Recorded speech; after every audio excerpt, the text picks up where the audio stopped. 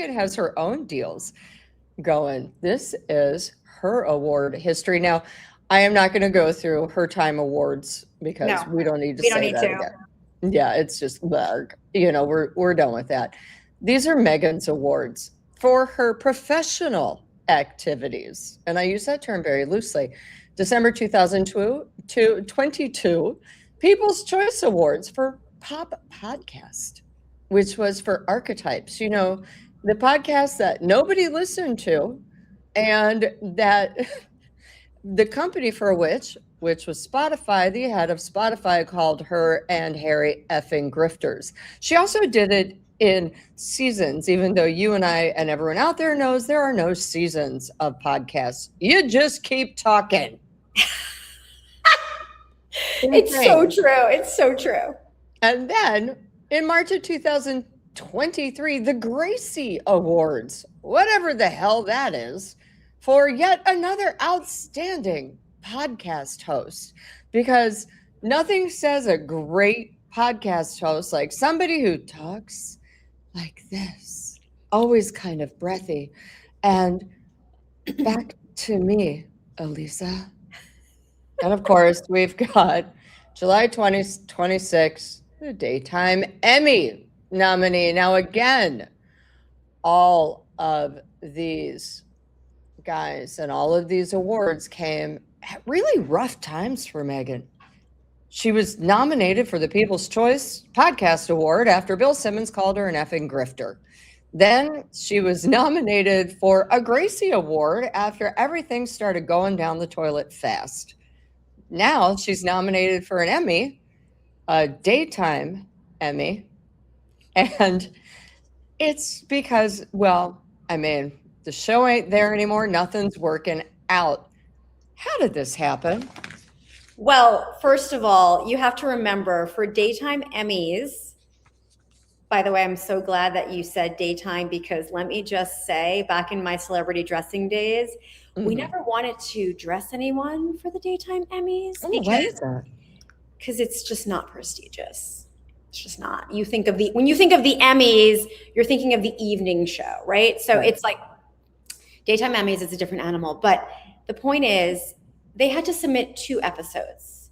So this is not a stamp of approval on a show's performance. This is literally cherry picking 2 episodes that maybe were edited really well, that had the most zhuzh in terms of maybe views, but overall we know, and this is where the narrative engineering comes in and the spin, the show dropped over 60% of viewership in the 2nd season. Oh, but by the way, let's put air quotes around season, because we know all 2 seasons and the ridiculous holiday show, which by the way got a 17% on Rotten Tomatoes, was all shot at once. All shot at once, and they just split it up. Well, to your point, let's talk about another PR hook. So the reality is exactly what you said, right? Netflix bought 2 seasons of a show. They shot it all at once. So after the first season, when they had this big PR blitz, With Love for Meghan is renewed for a 2nd season. Do you remember the headlines? Renewed for a 2nd season. No, it wasn't. By the way, I remember, because I had just come out with my exclusive saying Netflix was done with her. And literally the day later, we've been renewed. And I'm like, so it's all, so PR strategy, especially in crisis, is all about replacing the original headline with a new shiny headline. That is it. Okay. So renewed, total spin, because it was always coming out. And then the drop of the 60% and the ending of the show is where the public last left it. So now we've got an entire rewrite of the script, because now forever she is Emmy nominated. And isn't that just convenient? Yeah, you're not kidding. I mean, it is kind of hilarious. Now, I wanted to walk people through this real fast, so I had to print it out. It's okay. You're allowed paper. You're allowed paper. Thanks, honey. I didn't want to get nothing wrong. Yeah. Now, we do have to point out that there are different academies between the Emmys and the daytime Emmys. So the Emmys are for the really big budget shows like The Bear or Succession or whatnot. And regular Emmys are given by the Television Academy. Daytime Emmys are given by the National Academy of Television Arts and Sciences. Sounds kind of cool because it's got the word science in there, but it's really about which soap opera wins, right? Correct. Which is why when I talk about celebrity dressing, you don't waste your dresses on daytime. Mm-mm. No, you don't. Now, a television show does not get chosen by an outside committee. Instead, the show's producers, networks, and or streaming platforms must nominate themselves. Correct. And pay for the submission. And pay. So here we go. They choose their best work from the eligibility window. They submit it, and they do submit they pay a fee per entry to the Television Academy overseeing the specific awards. Then there is peer group voting. Get your friends and your family. And then there are some people at the actual outstanding lifestyle program Bling Blong. Now note that what I thought was really fascinating, it's outstanding lifestyle programming. It's not the cooking, the culinary instructional category, which has more prestigious shows, and this is much more, this is in with, I got to show you this because this made me laugh my tushy off. These are the shows that Meghan's up against. The Motherhood, a mommy talk show on Hallmark. The Wizard of Paws. It's a guy who works with dogs. A Different Breed, Stay, Sit, Win. It's about dogs who do stuff. And then George to the Rescue. George does houses. It's great. I think he's on LXTV or something. It's all these rando channels. Yes, I know the Hallmark, but I ain't watching Hallmark for no talk show. Okay? I'm watching it. I will say. Yeah. The Wizard of Paws, because I looked it up. I really hope that show wins because do you know what this guy does?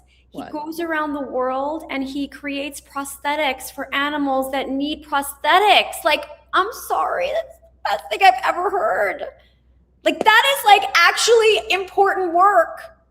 I love you. I love you so much, Aliza. And I agree. That's a tearjerker. Like, think about Doug. Like, if Doug needed a prosthetic. Oh, honey, please. Doug would be a tripod. I mean, Doug already hops around on 3 legs half the time. His other leg's just up here in like a spasm. And that is normal. People out there, don't get mad. And it is a tearjerker. But I do have to say, I would prefer prosthetics for people first, then pets, kind of like for Invictus Warriors. Like, it would be nice. Maybe that should be Harry's next show. Prosthetics for people who compete in Invictus games, and we actually changed their lives.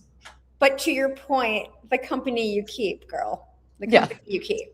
That is true. That is very true. I mean, but still, I did want to go through just how, this show, Create Wonder in Every Moment, got nominated because literally half the time she's shoving flowers into vases, taking pretzels out of store-bought bags and put into her own plastic bags, shoving sachets into water and making her house smell like tea-like or whatnot. I mean, it was pedestrian.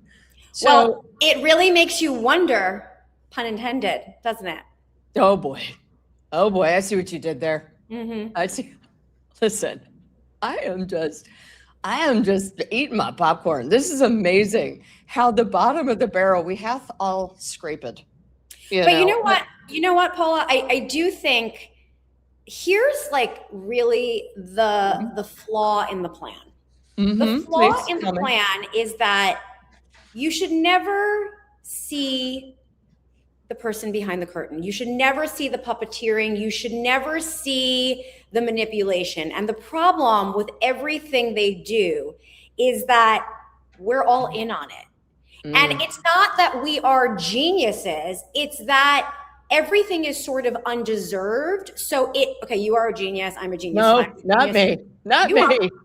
We connect the dots, but everything is sort of not quite right. Like it's not really deserved. So therefore, when we get spit with these headlines, it's like, wait, what? Isn't that the show that got canceled? Isn't that the show? Like it's like they're trying to consistently fool us. Yes. But at the end of the day, the public ultimately is the judge. And we know what's really happening here. And especially it's truly, you should feel bad for me for a minute.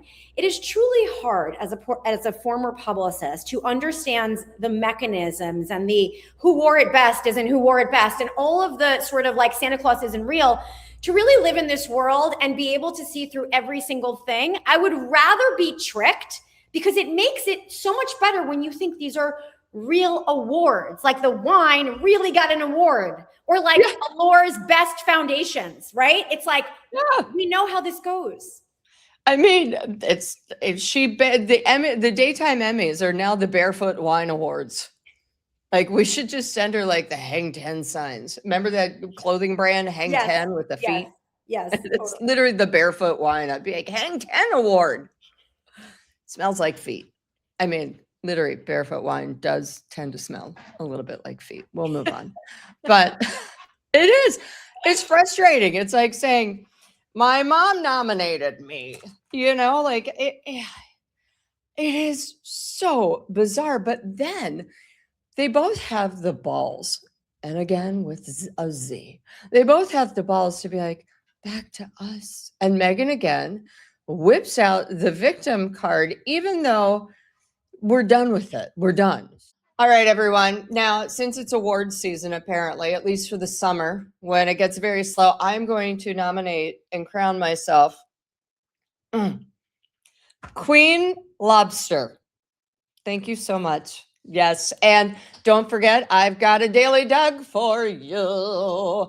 Now, listen, this is a bit of an embarrassing story. I don't want you to judge Doug or me, but whenever I have visitors over, Doug likes to get out his pillow, and it's from an old dog bed. He hated the dog bed. He took out the pillow, and every time someone comes over, he whips the pillow out. We'll be sitting on the sofa, whips the pillow out right in front of us, and does this every single time. Yep.